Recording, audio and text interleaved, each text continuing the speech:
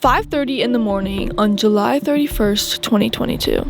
The streets of Strongsville, Ohio were dead silent. Most people were still asleep, dreaming peacefully. 17-year-old Mackenzie Shirilla sat behind the wheel of her 2018 Toyota Camry. In the passenger seat was her boyfriend Dominic Russo, 20 years old, the man that she's been with for 4 years. In the back seat sat Davion Flanagan, just 19, a friend along for the ride.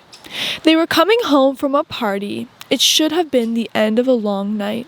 Instead, it was the end of 2 lives. Mackenzie Shirilla accelerated to nearly 100 miles per hour on a quiet residential street where the speed limit was 35. She didn't brake and drove her car straight into a brick building. The impact was catastrophic. Radio. This car's split in two.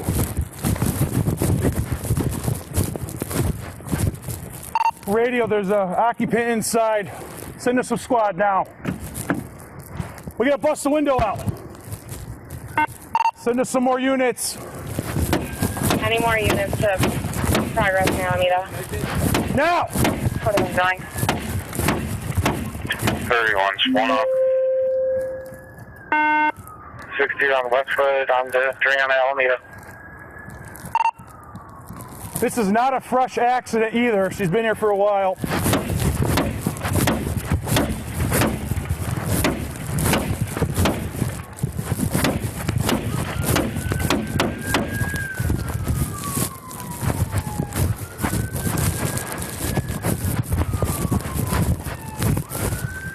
Radio, we got at least 2 occupants in here. No one's moving. Oh my God. Oh my God. Times 3, guys. Radio, 3 occupants. No one's conscious. No one's breathing. Bust that window out.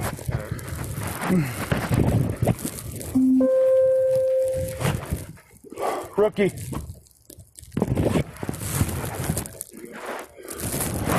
Oh my God, dude. Dominic Russo and Davion Flanagan were killed instantly. Their bodies were damaged so badly that the first responders couldn't even process what they were seeing. And Mackenzie, she was found unconscious, her foot still pressed down on the gas pedal.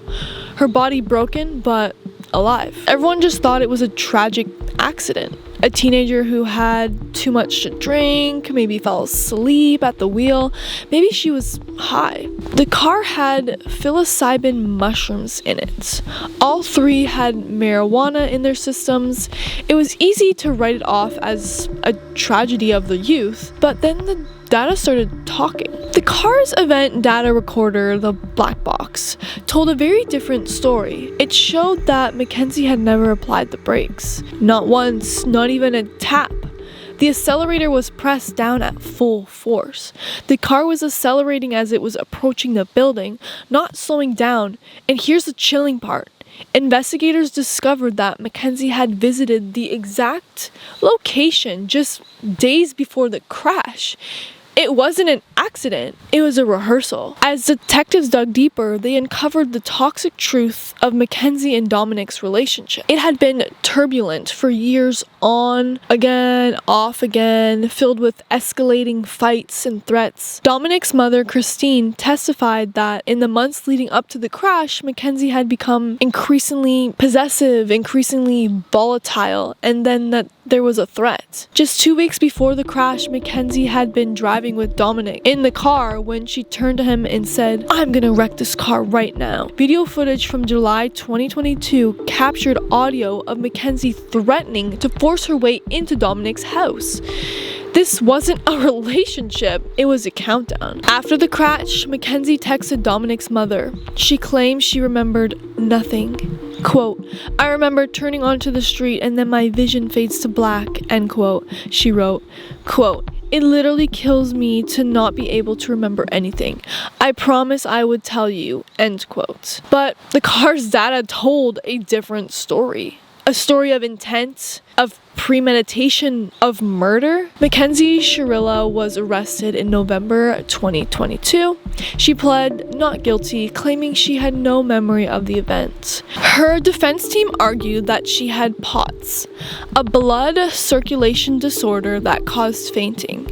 Her mother testified and said that Mackenzie had fainted before, but forensic mechanical Mark Sargent took the stand and delivered devastating testimony. The accelerator was pressed at full force. There was no braking, no avoidance, no slowing, and the car's computer showed a deliberate, controlled acceleration into the brick wall. Prosecutor Tom Trope would later say, quote, "There is no doubt that this happened because of the relationship with Dominic, and the defendant's intent was clearly to end that.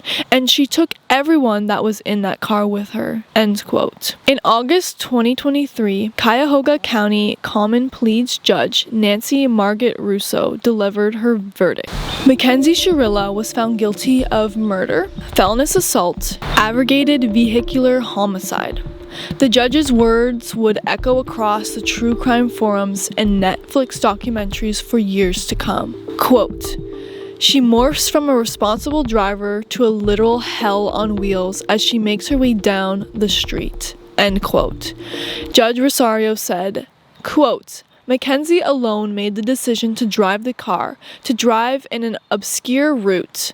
Mackenzie alone chose time to make the drive early in the morning when any reasonable person would expect few people would be nearby to witness it or offer life-saving assistance," end quote.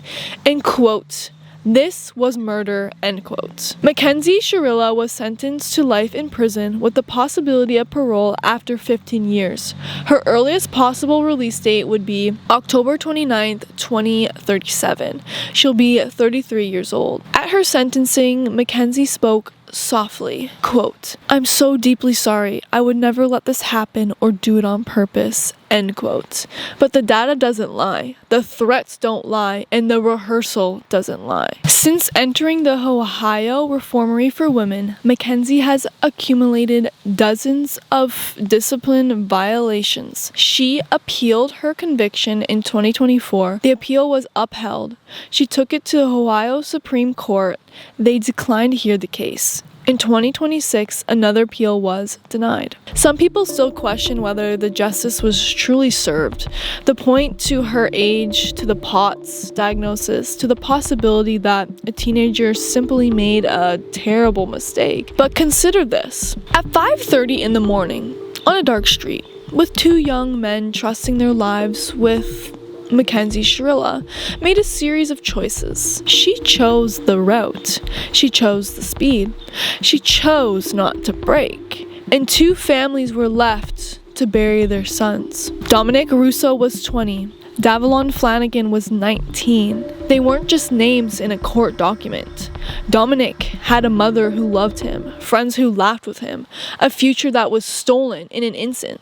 Davion was along for the ride he never should have taken, collateral damage in someone else's rage. It was a 17-year-old girl who decided that if she couldn't have Dominic Russo, no one would. They call her, quote, "hell on wheels," end quotes. But the truth is that she was just hell. And on that July morning in Strongsville, Ohio, she proved it. The defendant was reported driving an automobile shortly after this event, that she was seen in Strongsville again driving a car. I'm not saying I'm innocent. I was a driver of a tragedy. As always, our hearts and our thoughts go out to the victims and their families. Such an awful situation in cases like this. If you guys like videos like this and stories, make sure you like and subscribe, and please stay safe out there. Till next time, adios.